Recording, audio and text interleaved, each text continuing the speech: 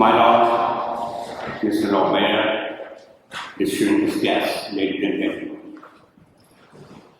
It's a great pleasure and privilege to join you today at the historic University of Oxford for the 70th World Leaders Summit, UK Chapter 2026. I begin by congratulating the organizers for bringing together such an impressive gathering of leaders from business, education. Let me read that. I begin by congratulating the organizers for bringing together such an impressive gathering of leaders from business, education, public service, diplomacy, and civil society. Events like this remind us that leadership is not defined by title or position, but by service, integrity, vision, and the ability to inspire others.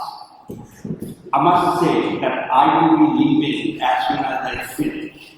Those who follow the British politics, there's a big change happening today. So I will be rushing out. So it does not mean for the other speakers that I'm not interested. But I'm sure the Labour politicians will know the developments taking place today in the UK. This year's focus on the Women Leaders Forum makes the summit especially meaningful. Around the world, women continue to transform communities, build businesses, educate future generations, lead humanitarian efforts, and shape public policy. Their contribution is not only valuable, it is indispensable.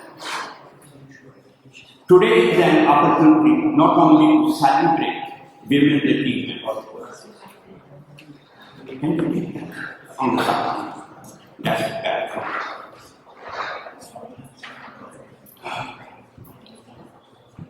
Not only to celebrate women's achievements, but also to renew our commitment to societies where talent, ability, and determination are the true measures of opportunity.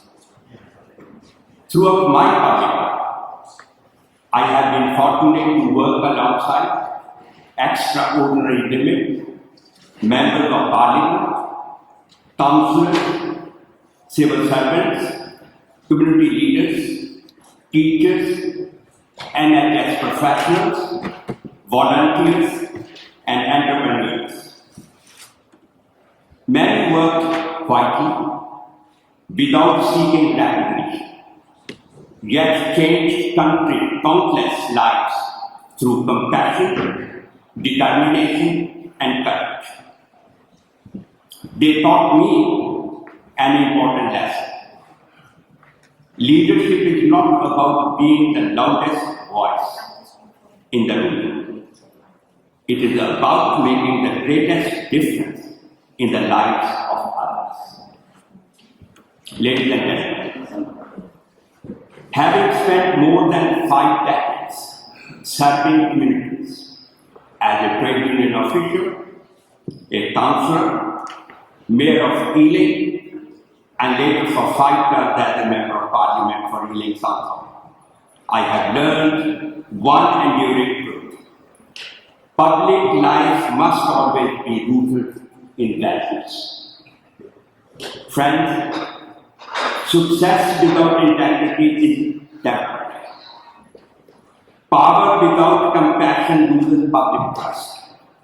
Leadership without accountability ultimately fails. Our societies today face enormous challenges. The world is experiencing conflict, economic uncertainty, technology disruption, climate change, rising inequality, and growing divisions within communities. Artificial intelligence is transforming our workplaces. Young people are anxious about employment. Families are concerned about the cost of living. Many communities feel disconnected from political institutions. In such times, the world does not simply need more leaders, it needs better leaders. Leaders who listen before they speak. Leaders who unite rather than divide. Leaders who seek solutions instead of headlines.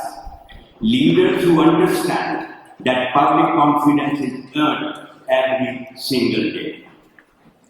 I firmly believe that ethical leadership will be one of the defining requirements of the 21st century. Friends, integrity can never be replaced by technology. Character can never be automated. Compassion will never become absolute. Those qualities remain uniquely human. That is why events as the World Leaders Summit matter so much. They create opportunities for dialogue across cultures, professions, and generations. The greatest breakthroughs in history have often come when people from different backgrounds choose cooperation over confrontation. Ladies and gentlemen, I have always been proud to describe myself as both British and deeply connected to my Indian heritage. The United Kingdom's greatest strength has always been its diversity. Communities from every continent have contributed to our economic prosperity, scientific innovation, arts, healthcare, education, and public life. Our diversity is not a weakness to be managed. It is strength to be celebrated. When people of different faiths, cultures, and experiences work together with mutual respect, society becomes stronger. That message is especially important for younger generations. Young people are not simply looking for successful role models. They are looking for authentic role models. They want leaders who are honest about challenges, who admit mistakes, who continue learning, and who remain humble despite success. To our young delegations here today, I would say this: believe in education, believe in hard work, believe in public service. Never underestimate the power of kindness. I'm telling that to the young people, mainly. There's a lot can be said, but I know the timing is not with us because we're running late.